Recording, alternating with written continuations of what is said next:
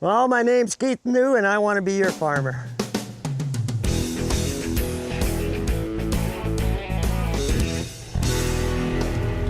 Some studies say that there's no difference nutritionally between organic food and regular food. When I grow my food on this ground, you can taste the difference. It's real food. Between what you get in the store and what I grow, it looks the same, but you can tell the difference. You can taste the difference. Hi, my name is Keith Neu and I run this farm. It's 10 miles south of Hudson Bay, Saskatchewan, on the banks of the Edamame River. My farm name is Edamame Organics and we've been organic farming here since 1990.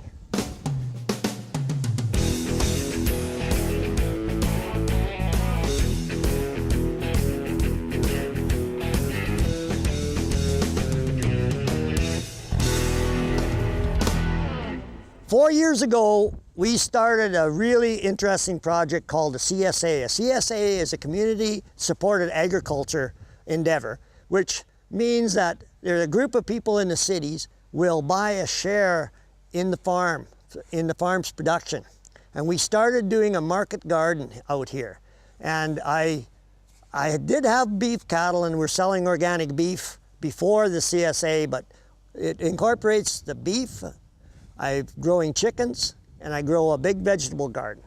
And I deliver into the city twice a week, or twice a month in the summertime and once a month in the wintertime. Organic farming, we started organic farming when I went broke farming conventionally in the late 90s. I started farming with my dad around in the mid-70s when I grew up enough to farm. And I took over the family farm in the early 80s. I was a conventional farmer. And I went broke in '89. Dad still had this piece of ground here, and we looked at each other and said, there's got to be a better way. So what I did is I took off to Alberta to the oil patch to make some money, and Dad went organic farming.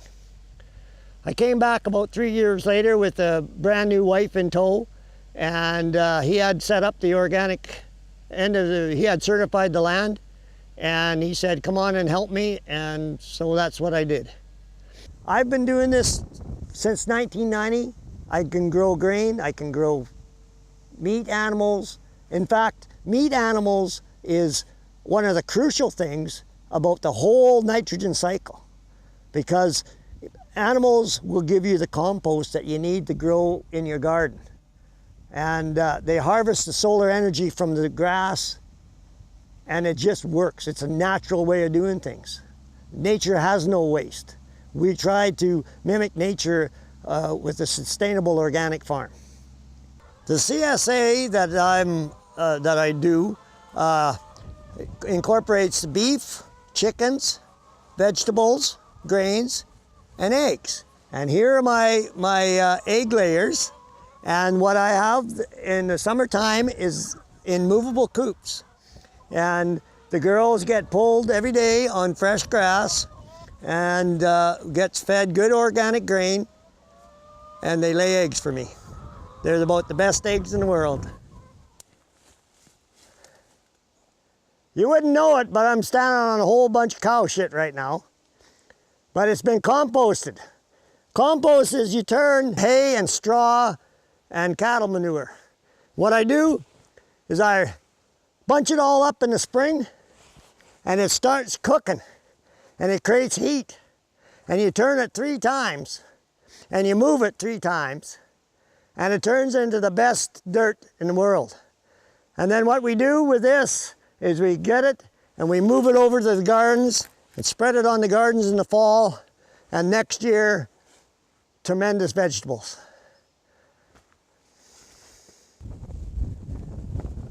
This is the start of my sorry garden this year. It's so bloody wet. Wettest ever. I've never seen it this wet for this long. We can't even get hay up. But you know, I am going to get corn.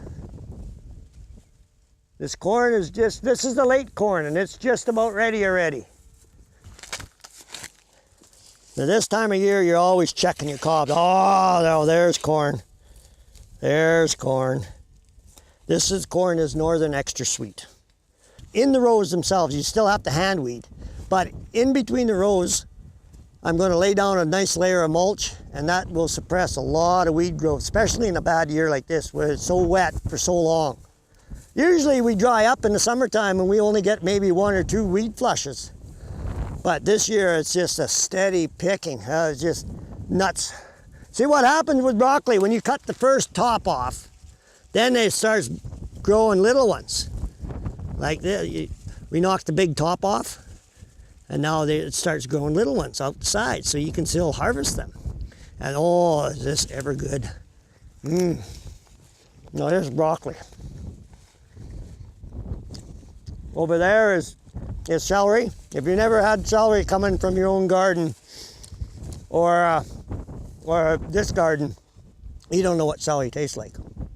Real celery tastes good. Tomatoes is one of the really, really crucial crops for people. People eat more tomatoes than anything else. And in between the tomato rows is carrot rows here.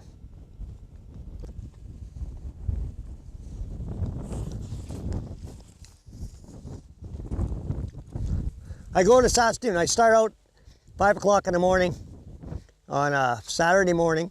I drive to Saskcess. People come and meet me at a parking lot.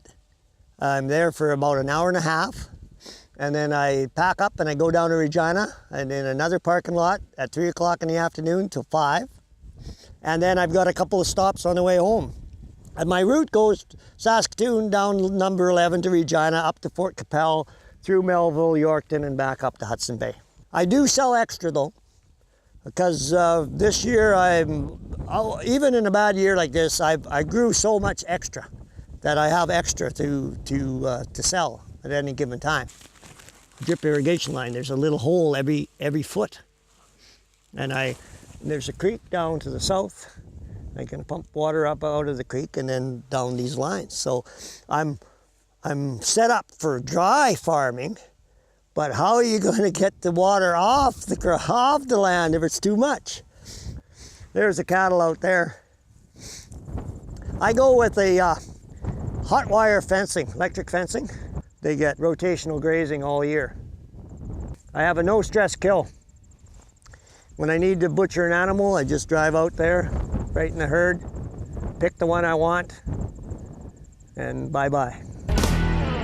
How this CSA works is you actually buy a share of the garden. And what happens is we sign a contract in May, and you pay me 12 post-dated checks for what you want.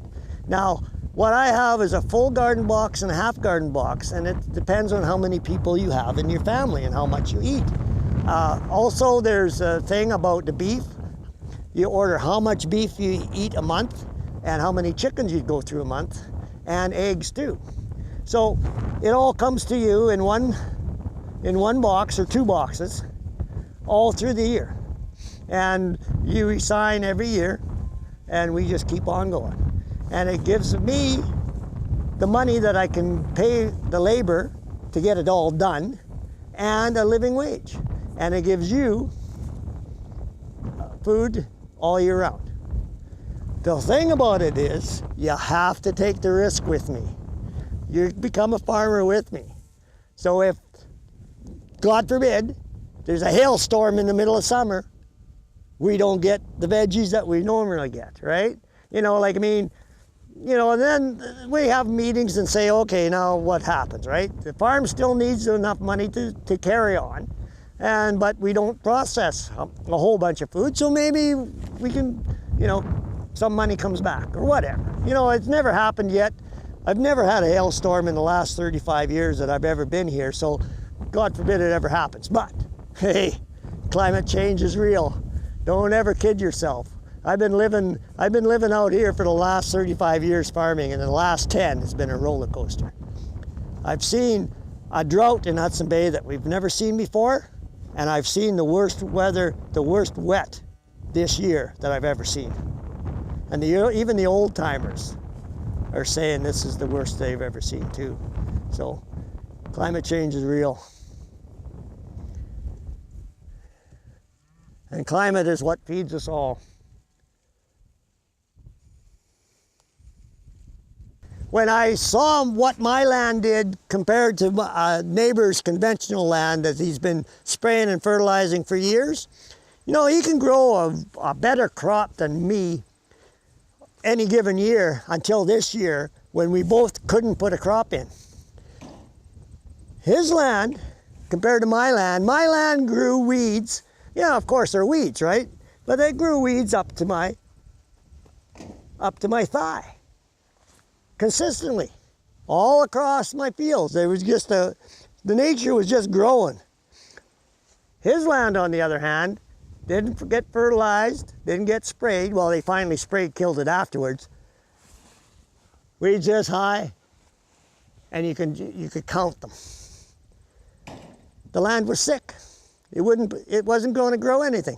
And here on the other side of my land, the weeds are up to my thigh. Mid-thigh. No fertilizer, no spray for 20 years. And it can grow like that every year. That's the difference. I don't need fertilizer, don't need spray. All I need is good weather. This don't look like much, but this is the heart of the processing end of it. We've got the kitchen in here, processing kitchen, and cold storage and frozen storage. Right now it's kind of messy because I just came back from a delivery.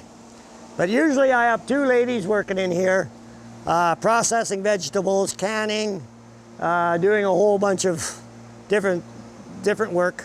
What I did was I bought a reefer trailer, an used reefer trailer, and I took the running gear off of it and I blocked it into a freezer end of it and a cold storage end of it.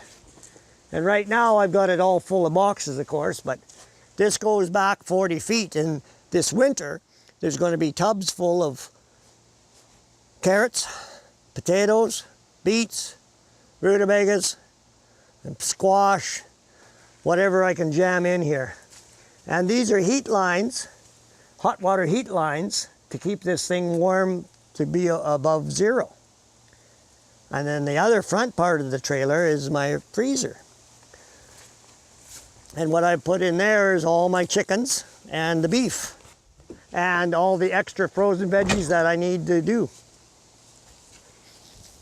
And like everything else in this farm, it's a work in progress, and we're just building on a wall and more insulation, and the next year the roof will go on, and within 2 years it'll look like part of this other place, all tinned and looking good, maybe. If I live that long. My name is Keith Neu. I'm an organic farmer, and I have a community-supported agriculture program in northeast Saskatchewan. I deliver to Saskatoon and Regina, Fort Capel, Yorkton. I grow all sorts of vegetables. I have grass-fed organic beef, chickens, eggs. I deliver once a month in the wintertime and twice a month in the summertime. My website is justbeef.ca. Check me out. Thanks.